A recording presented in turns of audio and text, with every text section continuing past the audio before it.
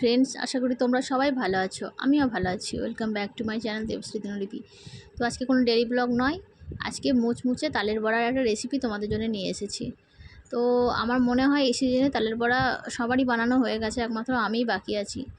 তো আমি কিভাবে বানাই, কি দিয়ে বানাই, আর কেন আমার বড়াটা এত মুচমুচে আর নরম হয়, তো সেটাই তোমাদের সাথে আজকে আমি শেয়ার করব।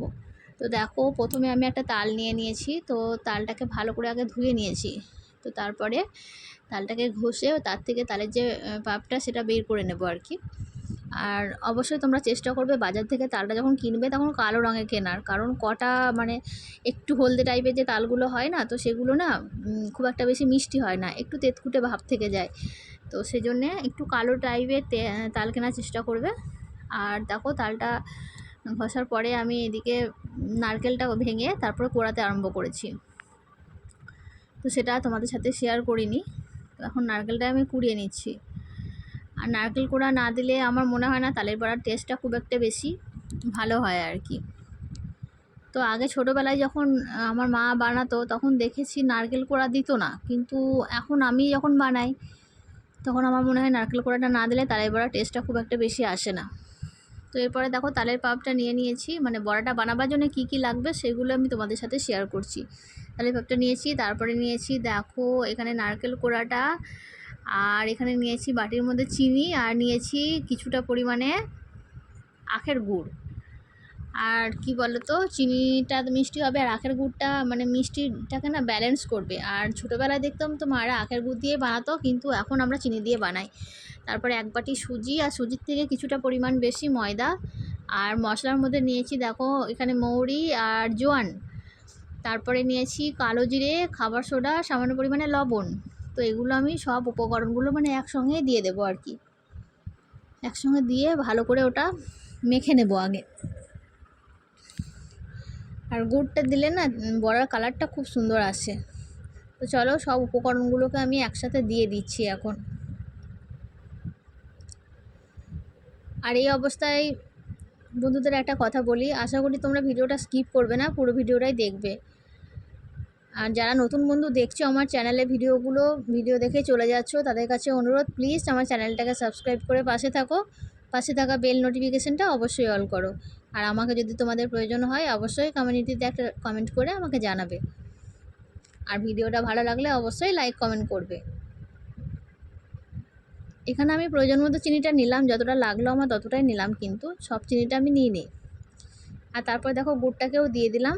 আর ময়দাটা কিন্তু এখন দিইনি, হ্যাঁ, যতটা লাগবে পরিমাণে আমি ততটাই দেব।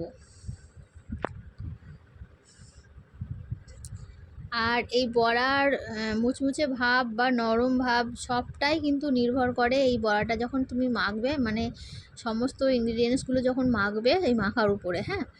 তো মাখাটা যত ভালো হবে বড়াটা ততই ভালো হবে, টেস্ট হবে। তো তোমাদের সাথে রেগুলার ভিডিও দেওয়ার চেষ্টা করি, কিন্তু হয়ে ওঠে না, তাই একদিন ছাড়া করেই ভিডিওগুলো আমি আনছি।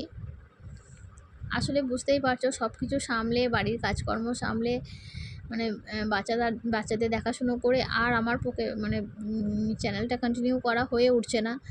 তাও কষ্ট করে তোমাদের জন্য ভিডিওগুলো নিয়ে আসছি, যেহেতু তোমরা আমার পরিবার, তোমাদেরকে আমি প্রচণ্ড ভালোবাসি আর তোমরাও আমাকে যথেষ্ট ভালোবাসো, তাই তোমাদের জন্য আমি ভিডিওগুলো নিয়ে আসছি। এখন দেখো ওগুলো মাখানো হয়ে গেছে, এখন আমি প্রয়োজন মতো যতটা লাগবে একটু একটু করে ময়দা ওখান থেকে নিয়ে মিশিয়ে দিচ্ছি।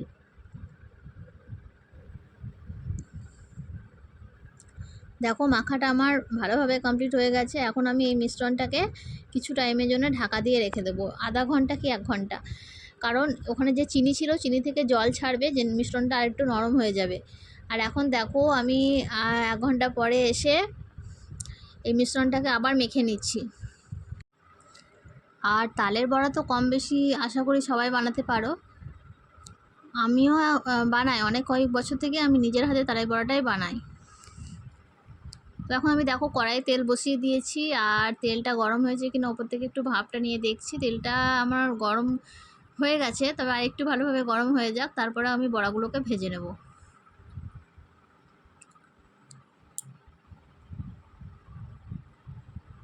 এখন দেখো আমি বড়াগুলোকে ভেজে নিচ্ছি। খুব একটা বেশি বড় সাইজও করছি না, খুব একটা বেশি ছোটও করছি না, তো এগুলো যেহেতু ফুলবে, মানে সুজি আছে তো তেলে দিলে অনেকটা পরিমাণে ফুলবে এবং অনেকটাই বেড়ে যাবে, মানে বড় হয়ে যাবে আর কি। আর তোমরা সাইজটা তোমাদের নিজেদের ইচ্ছে মতোই করো।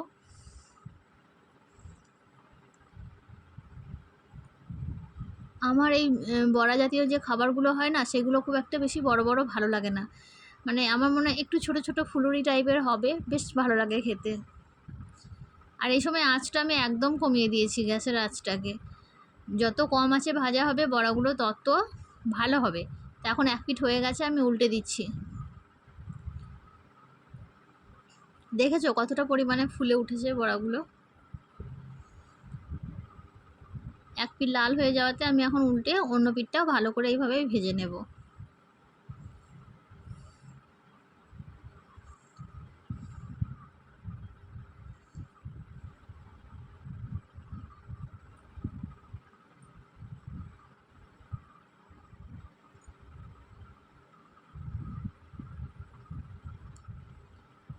তো দেখো এখন আমার ভালোভাবে ভাজা হয়ে গেছে। এখন আমি একটা পাত্রের মধ্যে তুলে তোমাদেরকে দেখাচ্ছি।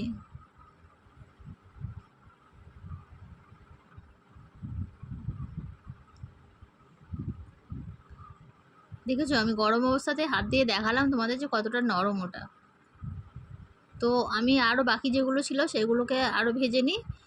তো তোমাদেরকে আবারও বলছি, যদি ভিডিওটা ভালো লাগে তো লাইক কমেন্ট শেয়ার করে দিও। নতুন বন্ধুরা চ্যানেলটা সাবস্ক্রাইব করে পাশে থেকো, পাশে থাকা বেল নোটিফিকেশানটা অবশ্যই অল করো। তো চলো আজকের মতো টাটা, তোমাদের সাথে আবার নেক্সট কোনো ভিডিও নিয়ে দেখা হচ্ছে আবার আমার। তো চলো এখনকার মতো টাটা, সবাই ভালো থেকো, সুস্থ থেকো।